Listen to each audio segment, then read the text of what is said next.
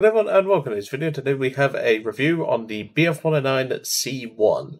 This is the only prop that was really added that isn't the Ac-9P and the copy-paste other vehicles in the Hungarian tech tree, well, sub-tree I should say.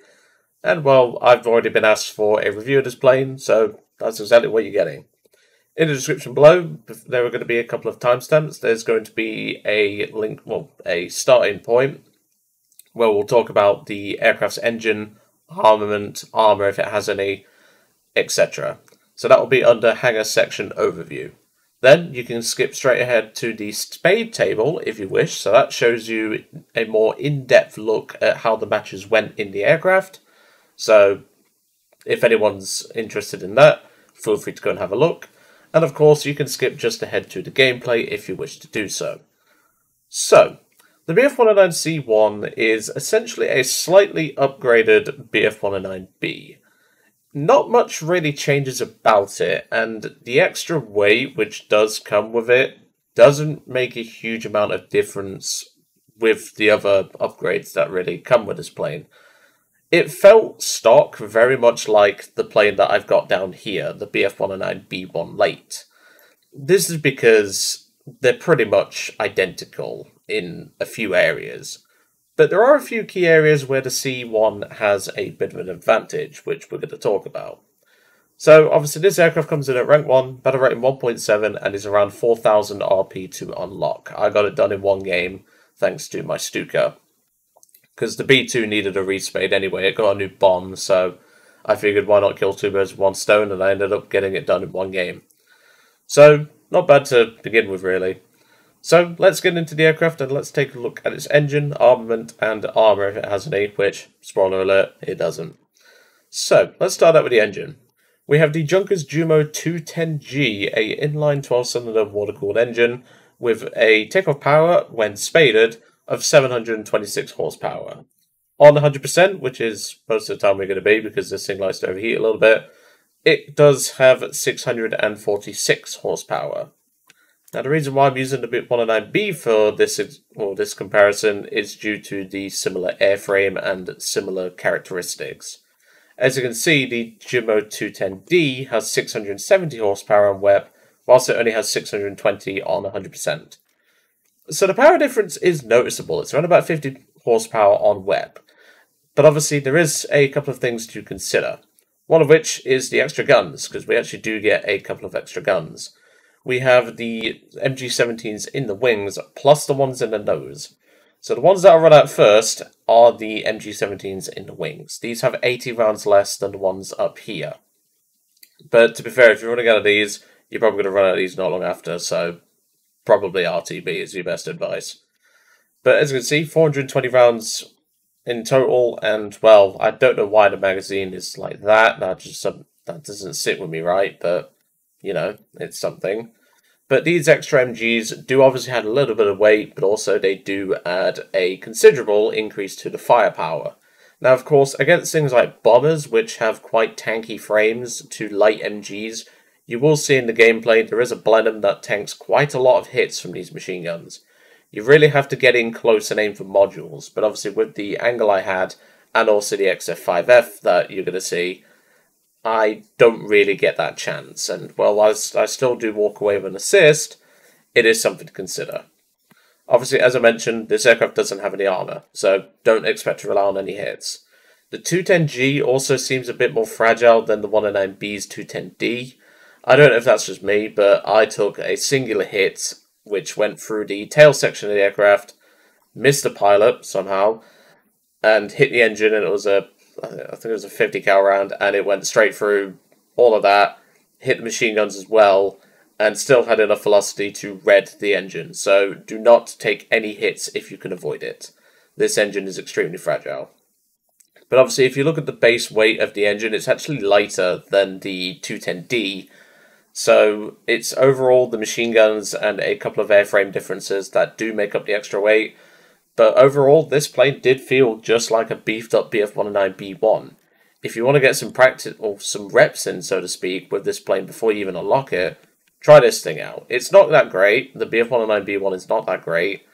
Obviously, it is a plane where, like, it's not great until you get all the modules unlocked, and even then, it's not great. But this will give you a rough example of what the C1's going to be like. I see what I did there. That was an accidental joke / pun, but we're going to roll with it. But obviously, the only other main difference is there is an unlockable skin. There is no bomb unlocks on the aircraft. The unlockable skin, I must admit, I might grind for it because it actually looks quite nice. Adds like a little shark mouth, a bit like on the old P40s and stuff. And it adds this, what looks like something out of Harry Potter or something. This decal down here looks like a Hogwarts owl or something. But yeah, this actually looks quite nice, but obviously you can just purchase it outright. But I will probably grind that skin. But anyway, I'm going to hand you over to the table now, and we're going to take a look at how the matches went. See you shortly. And welcome to the table. So if you've skipped straight ahead here, this is how this little thing works. So back in the day, I used to just go off the one or the stats in the player card, and it wasn't very accurate. So a few years ago, I refined the format, and well, with a little assistance from my sister, who actually does a lot of art-related stuff, we designed this table. Obviously, the nation flag down there changes accordingly, comparing to the obviously to the nation that is represented. So, obviously, the information is pretty simple, because obviously we've only had 2 matches to spade the plane, so, yeah. So, I'm going to start off by explaining both battles, and obviously talking about which battle you're going to be seeing. So, battle number 1 was 2 air kills, 2 ground kills, no assists, I did die in that match, 3086 SL, 1340 RP, and obviously because this aircraft carries no bombs, there was no base bombing. But I like to leave that in there because people like the base bombing part for some reason. And battle number 2, which is the battle you're going to be seeing, is 1 player air kill. There's a reason why I'm stating this.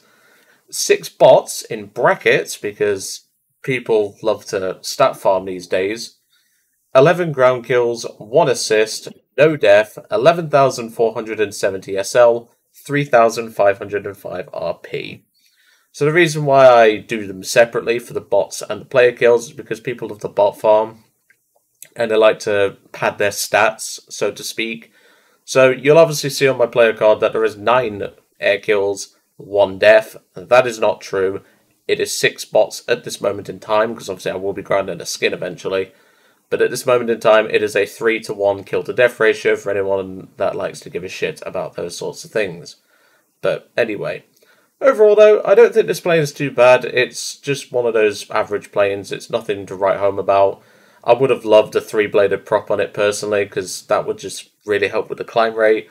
But unfortunately, this thing didn't have a 3-bladed prop, so unfortunately we don't get that.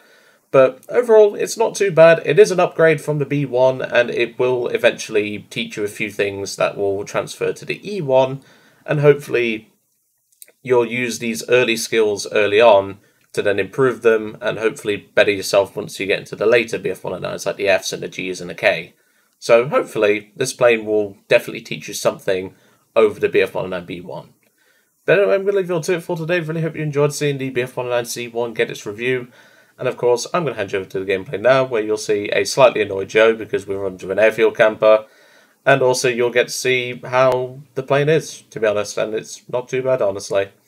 But anyway, I'm going to leave you all to it for today, and I will see you all on the next one. Well, so far, I've had 1 game in this thing, and it felt just like a BF-109 B1. But now that I've actually got some unlocks, it actually feels a bit better. I've focused mainly on like the engine, the airframe mods, because obviously this thing doesn't get any bombs or anything like that, and well, a lot of the time you don't need them anyway. I don't think this is going to be replacing anyone's HE100 anytime soon, but it definitely feels better to fly than the BF-109 B1, so that's at least something. PBY5, XF5F, I'm a bit concerned about, but you know. As far as that guy in the TBD didn't get ripped apart by base AA. For those that don't know, they've actually buffed base AA because, yes, they needed to buff it. Alright, let's go for... I'll ignore the F3F, I'll go for the TBD. Like I say, once you get this thing wound up, it feels just like a BF-109B, but with a little bit extra punch. No, no, I know how good that 50 cal is. Not happening. And I also know how nimble you are, you little shit. Keeping an eye on him. I don't want to get bounced by him. That's one thing you gotta watch for these TVDs. They're very deceptively maneuverable. As you saw there, he was very agile. I sometimes seal club in the TBD if I fancy it in Tank RB. It's very effective. But obviously now, we've just got a bunch of bombers and a XF5F who's running like a bitch. So, yeah. I think it's time to do a little bit of farming, but immediately you can spot a problem with the engine already. It does not like warm maps. I've not got the radiator unlocked because, well, I prioritized engine and airframe modules. And the radiator was skipped because the engine felt fine on the first map. But yeah, you might want to unlock the radiator mod because that might help it out a little bit more. But the nice thing is thanks to the extra guns, we do at least have better ground attack capability.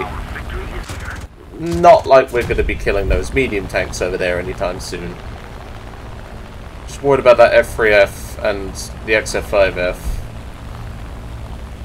But we should be okay. I mean, we've got plenty of targets to go for. We've got artillery, we've got bots to go for. Yeah, this thing really doesn't like this map. That's the second time I've had to drop throttle and I've not really been ragging the engine too hard. There we go. For those that are interested, 500 meter convergence on the 792's universal belts. That's what I find to be the best. I'm pretty much fine this in like a underpowered E1 is with the belt setup and everything. If you want a little bit tighter convergence, try 400, it might just work for you. It's your decision at the end of the day. I think I'm going to go for those bots. My team is... well, that guy over there has got that guy under control, so I think I'm going to go for these bots. And before anyone asks, and for those that skip the table, don't worry, these are separate. I don't count these as player kills in my reviews. I know some people skip ahead to the gameplay, so I'm just stating that now. So they don't think, oh, Joe's bot farming. I'm not bot farming. I list them separately in the review for a reason. If you go back to the table, there'll be a timestamp for that. You'll see exactly what I mean. Yeah, it's the water that seems to be the problem child on this plane. Can I bring the nose around for this one? Yes, I can. Bad angle, but that's okay. Yeah, 30 cals. Normally I wouldn't be worried about a 30 cal, but this thing's engine is quite fragile. He come back. Yeah, he will do, because you've turned your back on him. I will note the very strange ammunition capacity for the aircraft as well. 1,840 rounds. It's very unusual. Right, I'm absolutely ragging the engine, but I kind of have to, because, well, these bots need to go. So I think I'm going to go back to base, because it's only over there. Not crash into the bot. That's currently on fire. I'm going to go back to base, get myself some bullets, and preferably a new engine, and I will see you shortly. Well, welcome back. As you can see, I've found myself a nice tasty plenum, but also the XF5F is covering his butt, so this will be interesting. The XF5F's been running to his runway and doing donuts every time anyone gets close, and only really fights when he has an advantage, which is pretty normal. Unfortunately, this is where this match kind of starts to take a turn for the worst in terms of like viewability, if that's even a word. Probably not, I just made it up on the fly. But it's purely because the last guys are either runway camping or they're space climbing. So, at this point, I'd like to apologise for the standard of gameplay that you're going to see from some of the enemy players. Got a nice crit. Trying to get an engine fire, but I just can't quite get the shots in on the engine. Here comes XF5F. Teammate, the XF5F is far more important than the freaking bomber. Let's see if I can spike him, because I'm sick of this guy already. No, can't quite get a good shot. Right, flaps. He appears to not have the camo unlocked, so that's probably why he's flying the damn thing.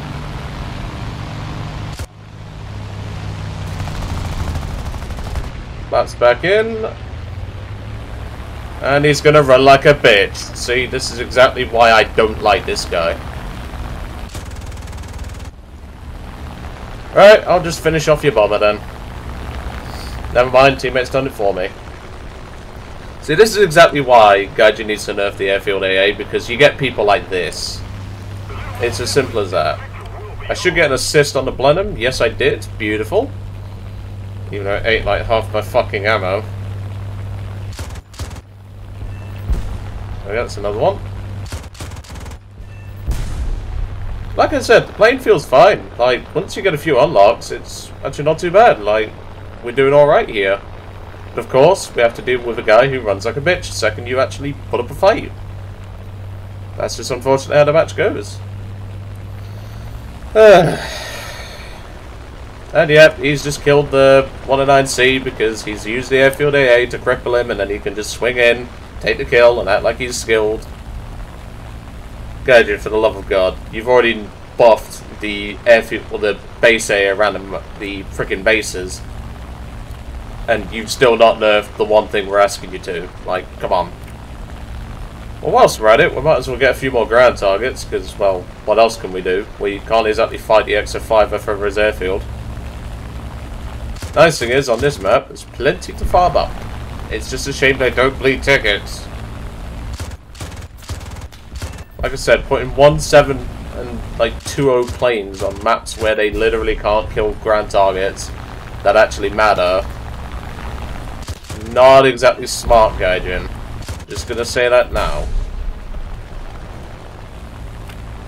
But hey, gives me plenty of unlocks. This should finish the Spade, if anything. So, audience participation. I know some of you aren't used to my audience participation because you might be new to the channel because of this review. What is your take on airfield AA? It can be positive, it can be negative. Heck, you can defend airfield AA for all I care. I want to see what people's opinions are. So, let me know in the comments. And whilst you go type your comment, and probably the review of the 109 in your own eyes, I will go back to base and grab more bullets. See you in a bit. And welcome back to the results screen. As you can see, we got back to the airfield and the match ended, unfortunately. What do we get out of the box? Better not be a bloody talisman. Okay, we actually get the radio to unlock. That's, I guess, Gaijin's rubbing it in. So, overall, obviously, only one of these air kills was a player, so don't consider this, again, as the actual number of kills. 17 ground targets, 1 kill assist, 2 severe damage. Obviously, the first severe damage was the one we got. 3 crits, and overall, not bad for results. So let's see how much we unlocked, because I suspect we've spaded the aircraft, and I think we have. Let's have a look. And yep, we are done. So that is pretty much a 2-match Spade. Not bad at all. But like I say, this plane's not too bad. I don't think it's going to be as good as what people really thought it was going to be. But now that you've got all the engine mods, it should be at least a bit more competitive than the B1. But just bear in mind, it does face 2-7 sometimes. Luckily, we didn't really run into that. But if you face a 2-7 plane like the P-39N, good luck.